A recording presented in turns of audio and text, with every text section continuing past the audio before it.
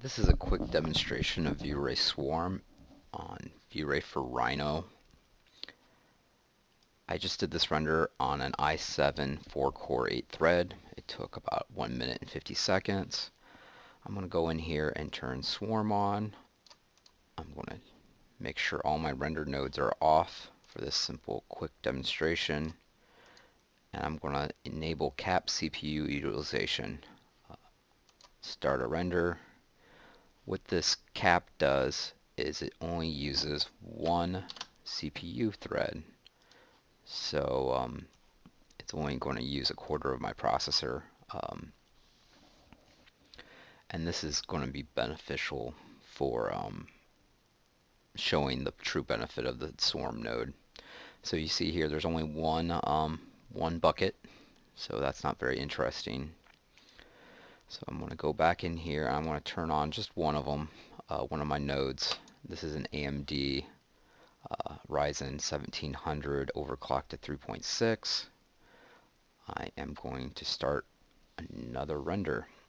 So this cap CPU utilization is very good for benchmarking, but it's also really useful for recording videos, streaming, or if you're on a laptop and you don't want the CPU fan to go crazy.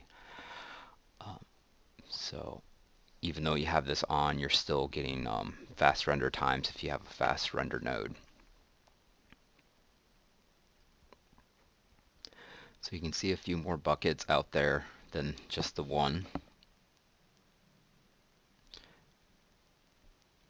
And this definitely shows that you're getting the full performance over the network of that render node.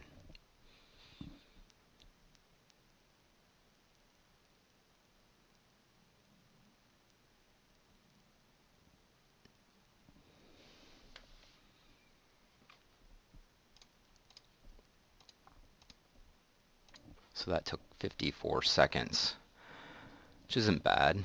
So I'm going to go in, enable all the nodes.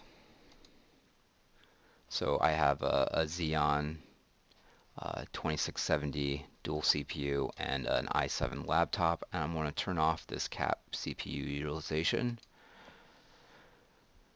and start a new render and see exactly how fast I can get this down to. I mean, this is not the ideal use case for it because there is overhead with setting this up, and the render is only 800 by 700.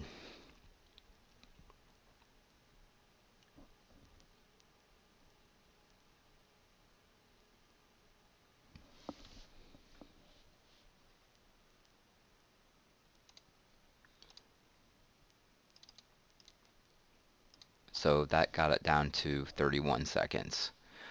Now you can also use GPU rendering to get a similar result. There are some small restrictions with using GPU rendering, and you can also do GPU rendering on the Swarm, but I only have one 1080. So I'm just going to go ahead and start this up.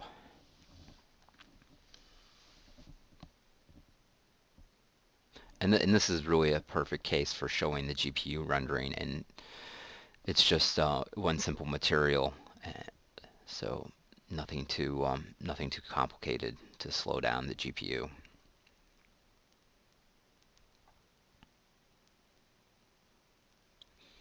Just give it a few more seconds.